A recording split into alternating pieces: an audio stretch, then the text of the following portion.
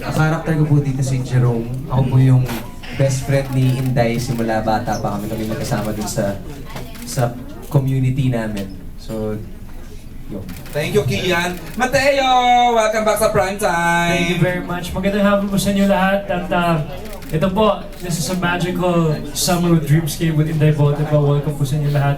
And yun, maraming salamat. Thank you po.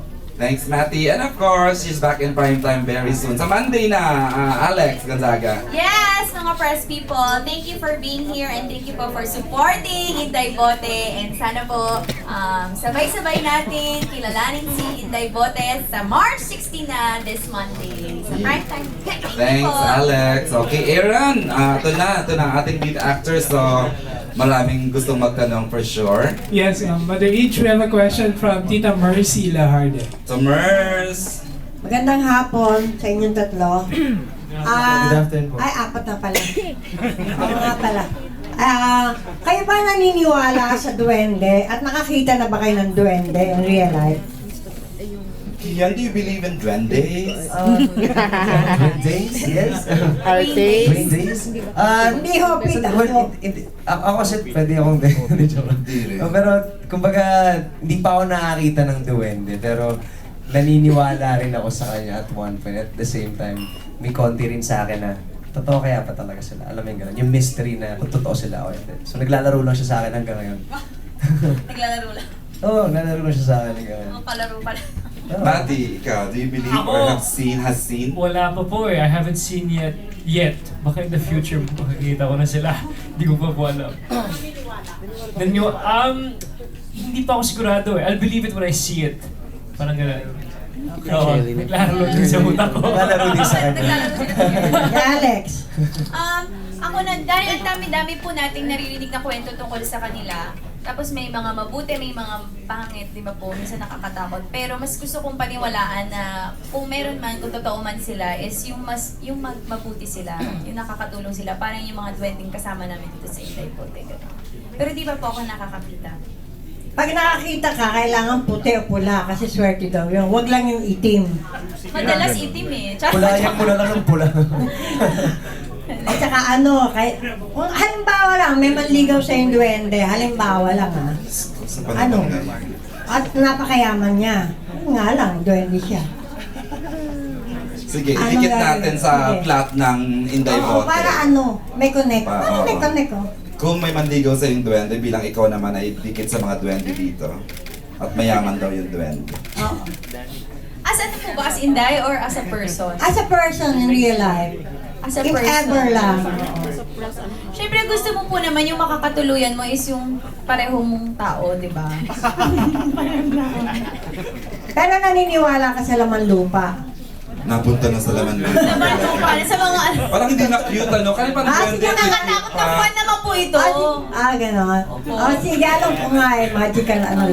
Anyway, dahil, Ako Alex, po. yung Inday, maraming, kasi meron kasing mga, na na yung pangalang Inday, sa mga, hindi naman sa simula, na yan sa, associate na yan sa mga made-up cottons. Ha? Ang halimbawa, ikaw, nakapag-asawa ka at gawin kang Inday as darling slave. Okay lang sa'yo? Gagawin siyang katulong? Hindi. My darling slave. Parang gano'n na rin. My darling slave! Gagawin ka slave ng Yung asawa. Mapapangasawa mo. Siyempre ayaw mo naman yun. No offense man po sa mga Inday ang tawag ha, kasi Oo, no iba po offense. ito. Oo. Sweetheart Opo. ang Inday ang dating dito eh. Opo. Walang negative Siyempre connotation dapat po po yan. kapag pag magpapakasal ka or mag-aasawa ka, dapat yung taong mamahalin ka, hindi yung itatrato ka ng iba. Dapat ang pagmamahal niya sa iyo is pantay kayo or higitan pa niya yung pagmamahal mo sa kanya. Dapat gano'n, di ba? Ay, ang ganda ng Bakit sagot naman mo yan. tayo kukuha ng hindi magtrabaho na lang tayo? Oo nga. Ganda ng sagot mo ngayon In fairness. Fairness, Thank you. nakaka-wisdom. Hey, thank you Tita Mars, thank you Cathy. Okay, Yes, Aaron. Mother H, ang susunod na magtatanong ay na-in-love na sa duwende. Wala na ba kundi si Ray Pumala? Hindi True? siya in love sa duwende. Undoubtedly. Paano mo nalaman yan? Diyos. Oo. Mukhang okay na kayo, Alex and Kian, ano? Obviously. Oo, Yan na. mukhang Hindi, nagkakapalagayan na rin ng loob, di ba? Paano niyo describe yung working relationship niyo at saka yung personal chuchu ever? Tinanong mo na yun ang unang press con, inuulit mo lang. Pag di sa kaharap si Kim. Oo, at saka mag-tandem sila ngayon. Sige nga, Kathy. Nasagot ko na, ikaw naman. Ano sa Maganda. Question ulit, sorry. I cannot repeat eh, Diyos. How would you... Hindi, yung kumusta yung relationship kumusta niyo yung- ngayon? Oo, Okay as naman. in, Okay working and personal chuchu ever. Kasi yung kasama ko si Kathy since day one ng acting career ko. Alam mo yun, kumbaga first ever show ko on TV, si Kathy kagad. Si Alex kagad yung kasama ko. Iba yun, ibang show po yun. Kami ni Alex yung magkasama talaga. And marami kaming shows din na ginawa together. May mga pinagsama kami on-cam, off-cam. So, ang sarap din ng pakiramdam na simula doon sa day one ng acting career ko hanggang sa ngayon na I think this is the biggest project I could ever have with ABS-CBN and Dreamscape, yung Inday Bote. Tapos kasama ko yung tao na kasama ko since day one. So parang ang komportable, ang sarap ng mga kwentuhan namin sa set. So, yeah. Pwede na ba magkabalikan ulit, Kian, Alex? Basta po ako, magpo-focus po muna ako sa career. Wow! Sa ano ko po, sa show po na to, yung character ko po. So kami ang dahilan kung ba't nagkakalab live ang Dreamscape pa. Ito po yung pinaka-challenging role ng buhay ko na magmamahal po kay Alex Gonzaga kay Inday. Kaya pinaghahanda ako. Kay Inday lang, hindi yung ano, sa Sinabi nga totoo yung buhay. term name ko, di ba, as Alex. Tapos nagkamali siya sa niya as Inday. So ano naging reaction nung sinabi niyang Alex? Good for him. De, pero ano, seriously Alex, okay na, paano Okay kami. Okay kami ni Kian kasi yun nga yung sinasabi ko na nagkaroon na kami ng misunderstanding pero after no, naayos naman namin, napag-usapan namin. So ngayon, parang okay kami. Yung hindi kami, wala na kaming ilangan sa isa't isa, kilala na namin ng isa't isa na as friends. So, parang hindi naman kasi natin din masasabi na naging sobrang malalim yung samahan namin na talagang sobrang sakit na binigay namin sa isa't isa. Wala naman. Misunderstanding lang talaga. So, nang magkaibigan na naayos, so ngayon, mas okay na. Minsan gano'n naman, pag nagkaroon ng gulo, yung minsan yung friendship nyo, mas doon pa kayo tumitibay. So, ibig sabihin kung sasakali mang magparamdam ulit si Kian. I-push talaga, Ray, paulit-ulit na tayo, chika. Hindi, kasi syempre, di ba, hindi naman imposible. Kasi sinabi na rin lang naman ni Alex. They look good na- together, ha? Oo. Kung Pwede, magparamdam daw si possible na Kian. bigyan ng chance. Bigyan nagbabae-babaihan si Alex. What do you mean? Wow! I mean, what chance? Oh, Siguro, feeling ko, parang hindi naman kami mabibigyan na ng ganung chance kasi since alam na naman namin kung ano talaga yung relationship namin. Mas okay, kung anong mas okay kami. Habang si Mateo ay nakasmile siya Smizing! Habang sinasagot ni Alex siya, ano si Mateo, nag-glow yung mata. Gusto ko lang sabihin kay what's with Alex, ano? you never know Alex. Anything can happen. Oh, from someone who's Pwede, in love. syempre, di ba? Based on experience. Ayun, thank you. Thank you. Thank you, Ray, for that magandang question. Okay. Mother Rich, we have a question from Archie Liao. Ano yung dala mo, Aaron, na naman yung mga sagot na namin? Pamigay mo na yan. Okay, Archie. Question ko ay para kay Alex Gonzaga, no? Like it or not, naikuhumpara ka kay Maricel Soriano because of your actuations and all that, na sinasabi parang kayong babaeng bakla, So, peg mo ba si Maricel Soriano or was there a conscious effort on your part na gayahin siya? Nasagot nyo na yan, pero sasagutin mo ulit, di ba? Sige na, for the last time. Hindi kasi po itong gagawin namin na Inday Bote, ibang-iba po dun sa character ni Miss Maricel. So, as in totally iba po. Hindi po talaga siya magiging ganon. Inibang-iniba po talaga kasi binase po ito sa comics, hindi po dun sa movie. So, syempre kung maikukumpara po tayo, syempre ang hirap kasi si Miss Maricel Soriano po yung Diamond Star.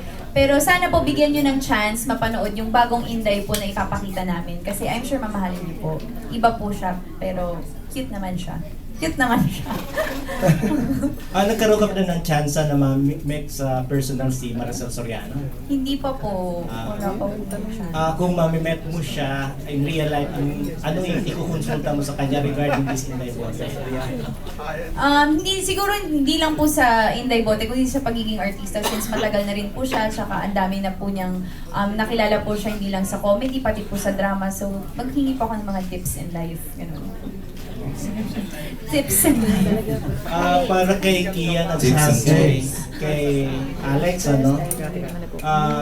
ilang beses na kayo nagkasama sa mga projects, ano yung mga bagay na natututunan niyo pa sa isa't isa habang kayo nagsasama sa mga proyektong tulad ng Inday Bote? Kasi, go ahead. Ako, feeling ko, natutunan ko talaga kay Kian, parang mabait talaga siya. Parang ngayon na-confirm ko mabait talaga siya. Oo, at saka gentleman talaga siya. Hindi, kasi dati parang, ang cool naman ito, parang ganun yung isip ko sa kanya. Parang, Yun yung isip niya sa akin ang ever feeling, since. ganyan, ang feeling nito. Ganyan, pero, Sarakista. nung nakilala ko po siya talaga, and until now, hindi naman nagbago. Parang mas nakilala ko siya na as a person. And as a person and as a man, talagang very gentleman siya and very good. How about Kian? Thank you, man. Thank you. How about Kian? Tutunan ko kay Cathy, yung masama ba? Joke lang po yan. Yung tao kasi na to, hindi siya nawawala ng energy. Meaning, hindi siya nawawala ng baon na ikikwento niya. Hindi lang para lang ikwento niya, pero gusto niya na nakikita na merong mini show na nangyayari sa harap niya na masaya yung mga tao tumatawa kasama niya. So parang iba rin yung working habit ni Alex Gonzaga kasi pag sinabi niya gawin niyo to, kahit wala siyang kakausapin niya yan, alam mo yun. Kaya napaka-professional niya when it comes to yung craft na ginagawa niya. And yan, natutunan ko na, pwede pa lang makasulat ng libro yung isang taong Sinusundan talaga ang career ni isang Mars. taong Tutok, no? Tutok.com? .ph. Totoo lang kasi, nung naglabas siya ng libro, sobrang masaya ako. May kopya ka ba? Wala pa. Kailan mo bibigyan? Bibili na lang ako. Kasi Si Mateo nga nakakaya kumuha naman pa sa ng kanya libre eh. eh. Hindi pa bumili. Nakakaya naman. So, bibili ako magkano? Oo. Okay. Ayun. Kaya masaya ako for her and yun nakikita ko sa career path niya. Natututunan ko rin sa mga kasi magkaibigan kami, alam mo yan. Kaya kong sabihin sa kanya kung ano yung mga tingin ko sa mga bagay-bagay. Vice versa. And Mother Age, pang 7th printing na. Wow! No, Booking ni Alex. it's 8. Wrong info! Okay, kasi we've heard na about sa inyong dalawa ni Kian. First time niyo ba to work together ni Mateo? Ni Mateo, no, second. Kasi meron po kami no unang-unang show naman ni Mateo sa ABS, yung Oo, Go Kada Go. kasama kami ni naman. Alex. Kung 10 years ago yata. Yes, Wow. yung mga ganyan. 8 years Tapos, ago. 8 years ago. Tapos, crush na crush namin si Mateo nun lahat kami. Ganon? Oo, tapos nakatitig lang kami sa kanya. Don't promise, kasi yung unang-una niyang showbiz, sabi niya, ang gwapo talaga niya, titigan lang natin siya kami nila, Bangs. Nakatitig lang kami sa kanya, ang gwapo niya talaga. Pero hindi pa siya ABS noon. ABS Pa ABS na siya. Pero yun yung first show niya po sa amin. Agwa Bendito kaya ang first show niya. Di bago mag-agwa. Agwa. Opo. Go Kada Go. Kung With i-push, sina kung Kim. i-push, Career niya po yun eh, so alam niya. Oo. Mas alam Ay, parang... Wow. Push mo yan ka. Mateo, how does it feel working naman with Cathy? Cathy, very nice po. We actually, after a long time, nag-work po kami ulit sa MMK namin. Okay. Baller, di ba yung title? Sobrang, it's very nice to work with her dahil there's no dull moment with Cathy, alam mo, parang every single second tumatawa ka at parang naaaliw ka sa kanya. Parang ganun. Okay.